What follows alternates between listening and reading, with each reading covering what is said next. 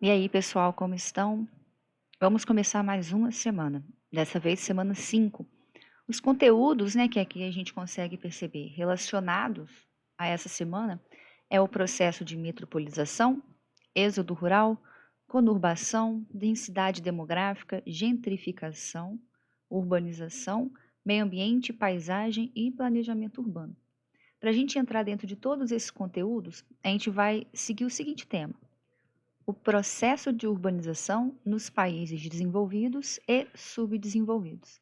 Então, a gente vai ver aqui um texto que vai abordar para a gente sobre esse tema e, dentro desse tema, todos os conteúdos que foram listados no início. Ele começa assim, né? Ele fala: o processo de urbanização nos países, né, nos países desenvolvidos e subdesenvolvidos. A urbanização é estudada por ciências diversas, como a sociologia, a geografia, a antropologia, cada uma delas propondo abordagens diferentes sobre o problema do crescimento das cidades. Então, quando a gente fala de urbanização, a gente está falando de um processo, tá? O que é esse processo? Toda cidade é urbanizada? Não, não é toda cidade urbanizada, tá? Mas a urbanização tem relação com a cidade industrial, tanto que ele fala aqui, ó. O processo de urbanização se inicia com a Revolução Industrial. Quando a gente fala que aquela cidade ela está urbanizada ou ele está passando por um processo de urbanização, eu estou dizendo que as atividades econômicas da cidade ela começa a ser maior ou ter mais influência do que as atividades econômicas da área rural. Então, a gente começa a perceber um inchaço das atividades econômicas urbanas e a atividade rural, não que ela não exista, mas elas vão estar em segundo plano. Então, toda cidade que a gente tem essa característica, aonde a gente consegue perceber uma maior importância das atividades econômicas na cidade, a gente fala que é uma cidade que está urbanizada ou está passando por um processo de urbanização, tá? Então, mas ele fala aqui, ó, processo de urbanização relacionado com a Revolução Industrial. Só que ele diz, apesar de, né, esse processo de urbanização ter se iniciado com a Revolução Industrial, foi até meados do século XX um fenômeno relativamente lento e circunscrito. Era um fenômeno um pouco devagar para acontecer. Por quê? Ele vai acontecer juntamente com as revoluções industriais. Então, conforme a industrialização ela vai passando por suas evoluções técnicas e passando por suas evoluções na produção através das suas fontes de energia, essa urbanização vai acontecendo de forma lenta. Após a Segunda Guerra Mundial, esse fenômeno foi concluído nos países desenvolvidos e foi iniciado de maneira avassaladora em muitos países subdesenvolvidos, como o caso do Brasil, na maioria dos países latino-americanos e muitos países asiáticos.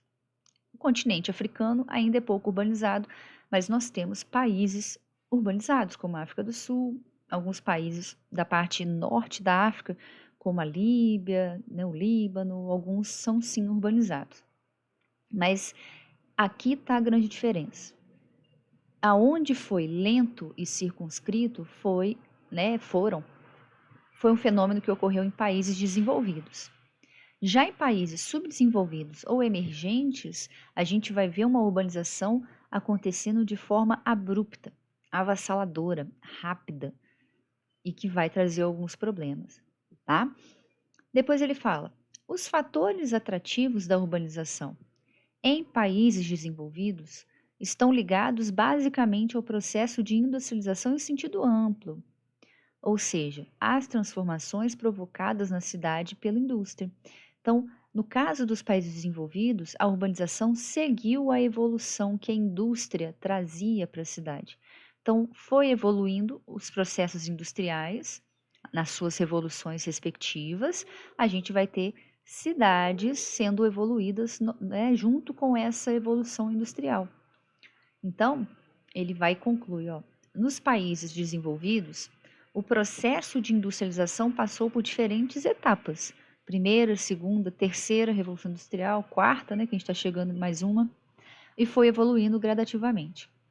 Consequentemente, o processo de urbanização acompanhou esse ritmo de desenvolvimento, fazendo com que milhares de pessoas fossem migrando para as cidades ao longo de todo o processo.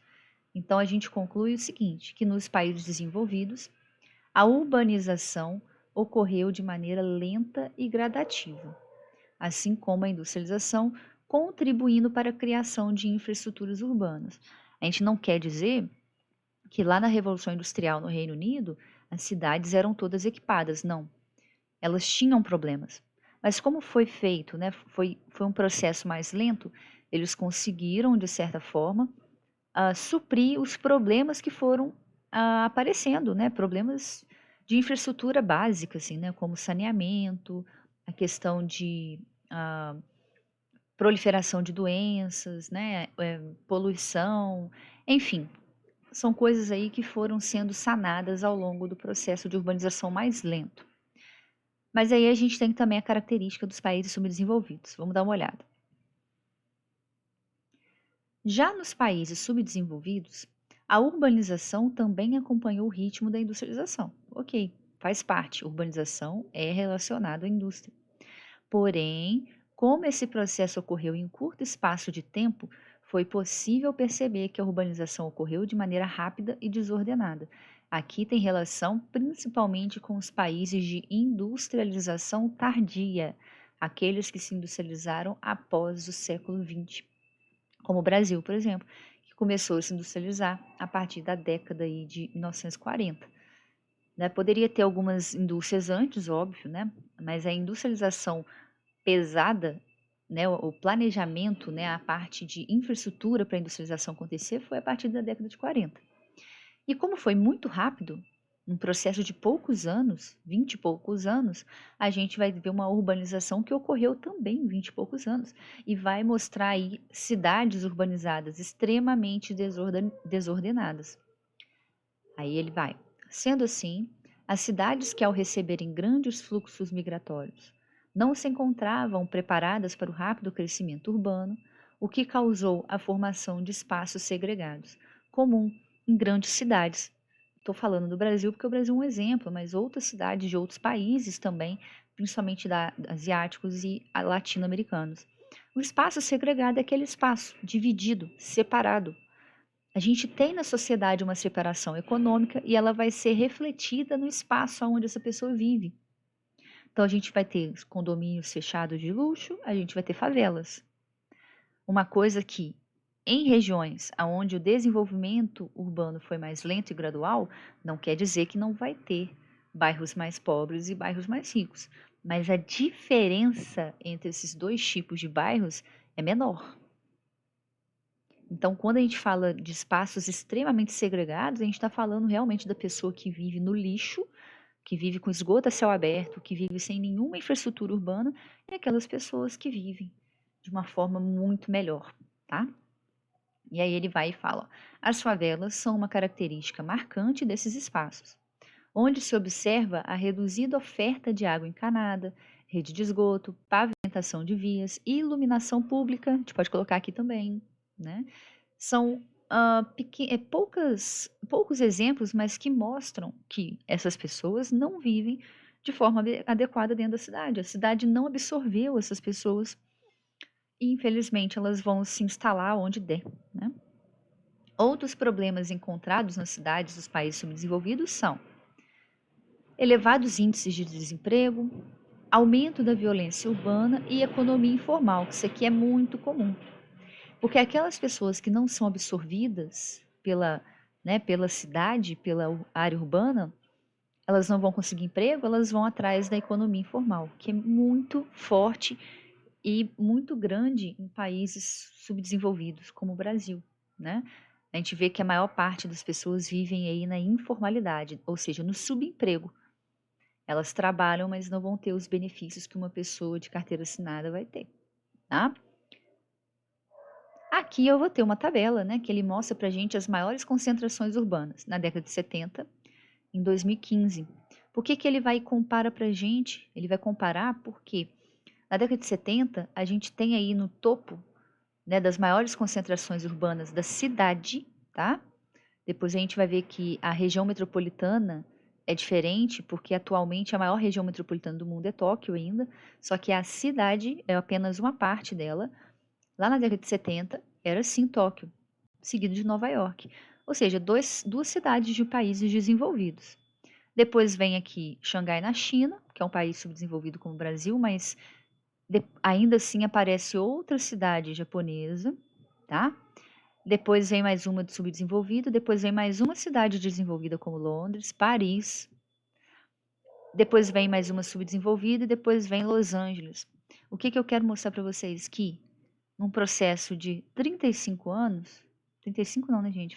Conta errada, né? 45 anos, essas 10 maiores concentrações urbanas, que tinha 2, 3, 4 cidades de países subdesenvolvidos, atualmente lidera aí a maior parte dessas grandes aglomerações, como Mumbai, Lagos na Nigéria, Dhaka em Bangladesh, São Paulo, Karachi, Cidade do México, Nova Delhi, Jacarta. A gente vai ter aqui, dentro desse grande range aqui, apenas Tóquio e Nova York ainda como uma grande aglomeração urbana em países desenvolvidos. Então, em 45 anos, a gente muda completamente as grandes concentrações urbanas de países desenvolvidos para subdesenvolvidos, porque ocorreu muito rápido. É isso que a gente tem que levar em conta. A urbanização de países subdesenvolvidos e industrializados ocorreu de forma rápida e avassaladora. E a gente consegue perceber apenas por essa tabela aqui, tá? Para finalizar, ele fala assim: alguns desses países subdesenvolvidos e industrializados apresentam taxas de urbanização igual ou até superiores a países subdesenvolvidos. A América Latina é a região mais urbanizada desse grupo de países, onde pode-se citar a Argentina, 88,9%, Brasil, 85% e México, 75,3%. O que ele quer dizer aqui?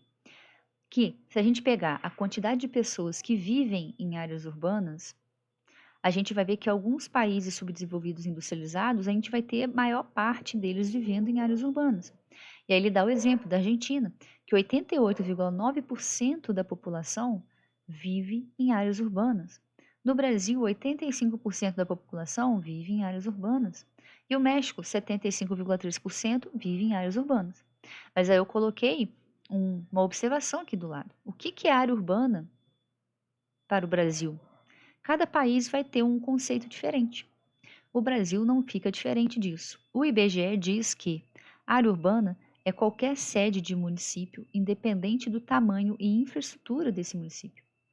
Então, nós temos aí um município que é o menor, né, a menor parcela aí do território brasileiro, é o município, que normalmente a gente chama de cidade.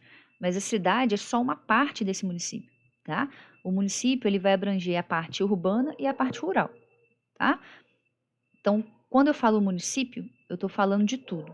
Então, a área urbana desse município é a sede dele, ou seja, o que a gente chama de cidade. Por exemplo, cidade de Santos Dumont. A cidade de Santos Dumont é a sede do município de Santos Dumont. Só que todo o município de Santos Dumont não abrange só Santos Dumont sede.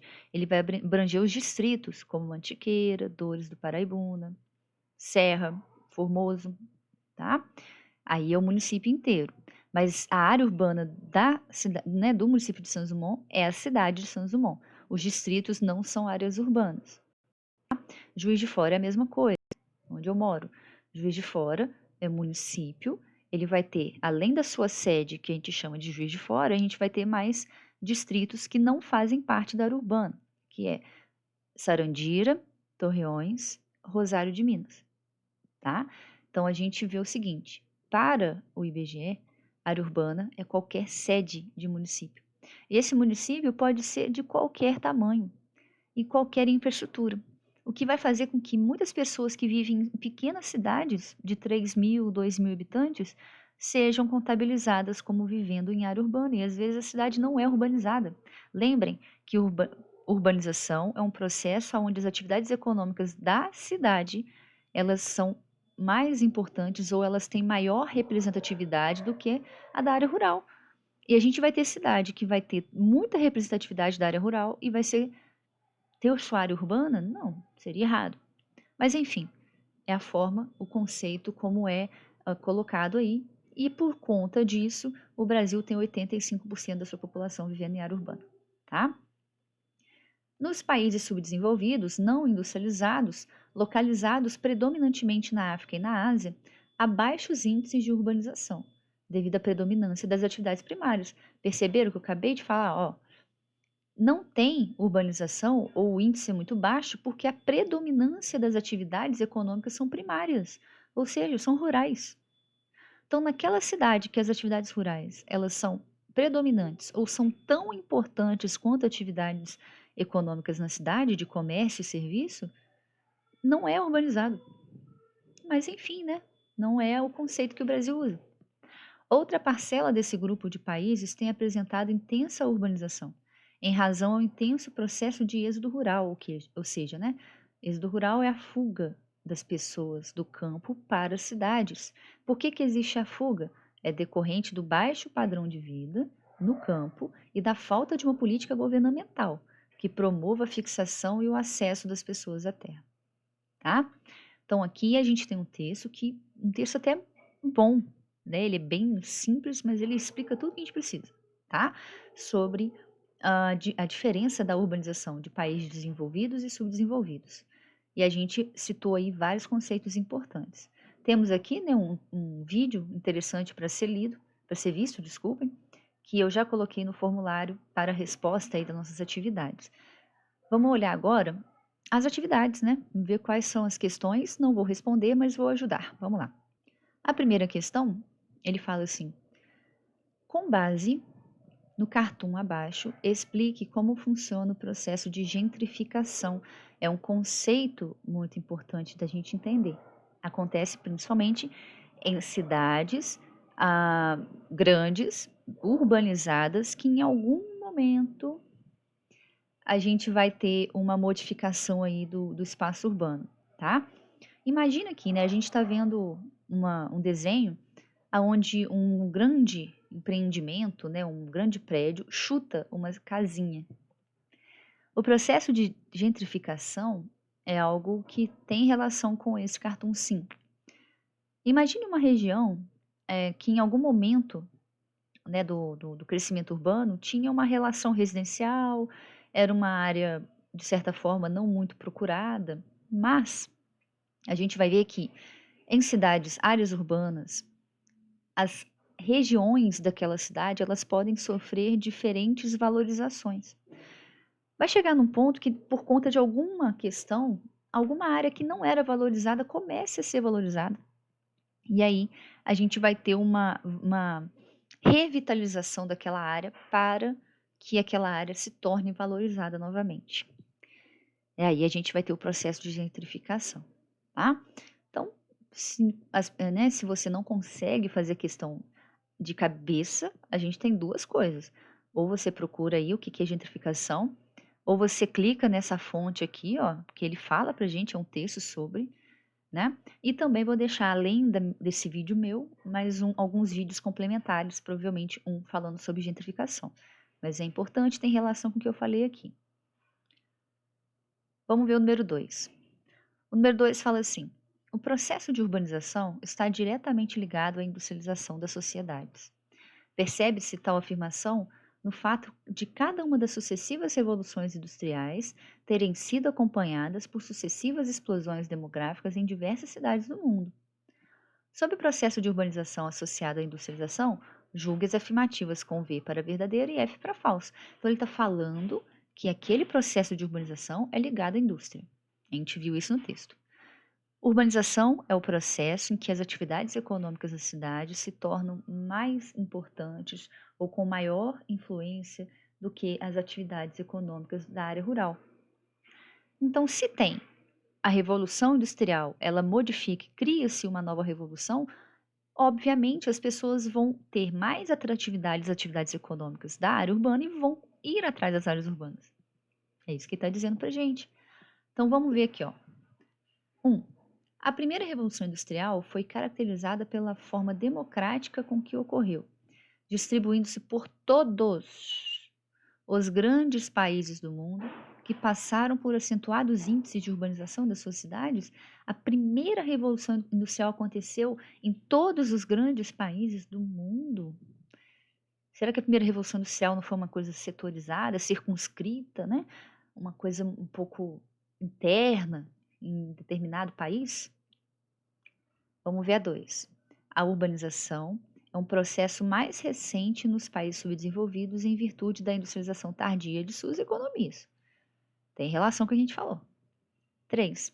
A terceira revolução industrial foi a grande responsável pela urbanização de países subdesenvolvidos, pois possibilitou a presença de indústrias estrangeiras nesses países e elevou o índice de pessoas em busca de empregos nas cidades. Então a gente tem que pensar aí na industrialização. Eu vou pôr também um vídeo sobre as revoluções industriais. Quando que aconteceu essa terceira revolução industrial? E quando que aconteceu a urbanização de países subdesenvolvidos? Tem relação? É na mesma época? Aí eu vou colocar para vocês um vídeo complementar sobre as revoluções industriais. 4. A Ásia Meridional e a África Subsaariana foram as primeiras regiões do mundo a se urbanizarem depois da Europa? E os Estados Unidos na segunda revolução? Isso aqui é importante a gente dar uma olhada, tá? Vamos ver a número 3. Número 3. A urbanização, o aumento da parcela urbana na população total, que na verdade aqui é só uma consequência, né, gente? A urbanização, obviamente, vai fazer com que a área urbana, a população da área urbana aumente. Se está tendo as atividades econômicas da área urbana mais importantes ou mais preponderantes que a área rural, é óbvio que vai aumentar, as pessoas vão procurar ir para a área urbana, né? É inevitável e pode ser positiva. A atual concentração da pobreza, o crescimento das favelas e a ruptura social nas cidades compõem de fato um quadro ameaçador. Contudo, nenhum país da era industrial, conseguiu atingir um crescimento econômico significativo sem a urbanização. As cidades concentram a pobreza, mas também representam a melhor oportunidade de se escapar dela, até porque se tem pobre, é porque tem rico. Se não tem rico, não vai ter pobre, né? É um paradoxo aí, né?